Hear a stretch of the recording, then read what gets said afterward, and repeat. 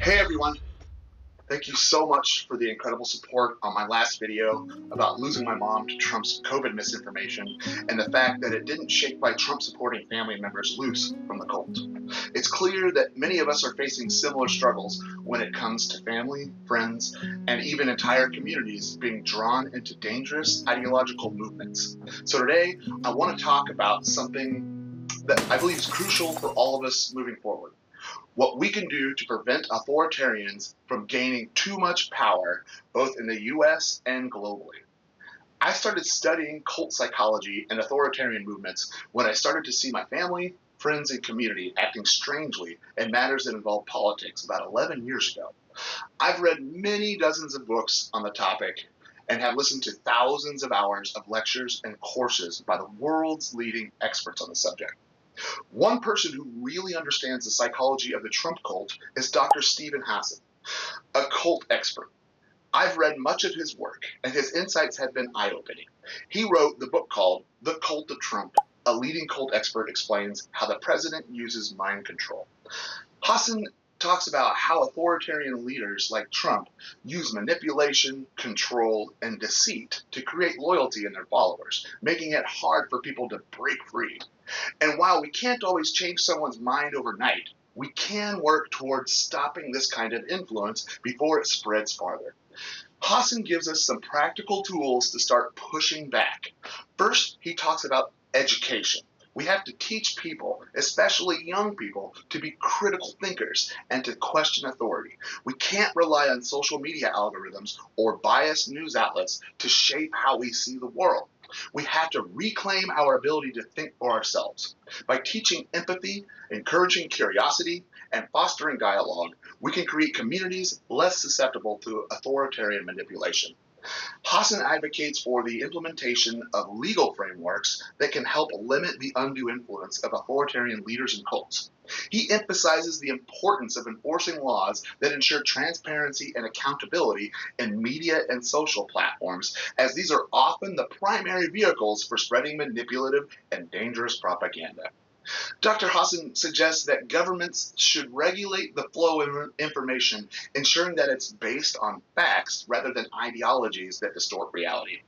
He also supports strengthening legal protections for individuals against coercion and manipulation in environments where the separation between politics and personal belief is intentionally blurred. Moreover, Hassan proposes the creation of public awareness programs aimed at educating people about the tactics used by authoritarian figures and cult leaders to manipulate and control their followers. He argues that by equipping the public with knowledge about how cult-like behavior manifests and how to recognize it, we can prevent authoritarianism from taking root in society. Ultimately, Hassan stresses that a combination of legal reforms, public education, and a commitment to democratic values can help safeguard individuals from falling under a sway of dangerous leaders and ideologies.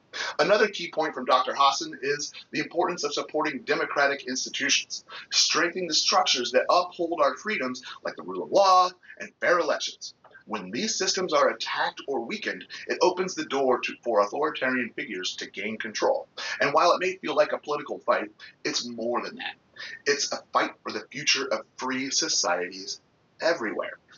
Lastly, Dr. Hassan urges us to have compassion for those still trapped in these cult-like movements. It's hard, I know. We don't fight authoritarianism by tearing people down or shaming them. We fight it by offering support, understanding, and the space for people to come to their own realizations when they're ready. This is hard work, but it's how we begin to heal. So I want to leave you with this.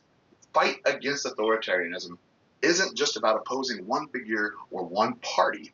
It's about making sure we don't repeat history, that we don't let these dangerous movements gain more power. It's on all of us together to create a future where critical thinking, empathy, and truth are the foundations of our society. Let's keep the conversation going. What steps do you think we can take in our own lives to prevent authoritarianism from gaining a foothold? Drop your thoughts in the comments, and let's continue to build a more informed world. Thanks for watching, and thanks for all the support. It really means a lot. Thank you. Hey, everybody. while I have your attention, potentially, I just want to tell you, in case you're interested, this is the shirt is a really important group that I help out with called Death Penalty Action. They oppose death penalty in America and around the world, and they are for death penalty abolition. You can check them out.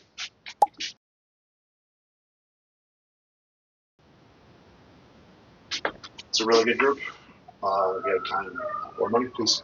Thank you.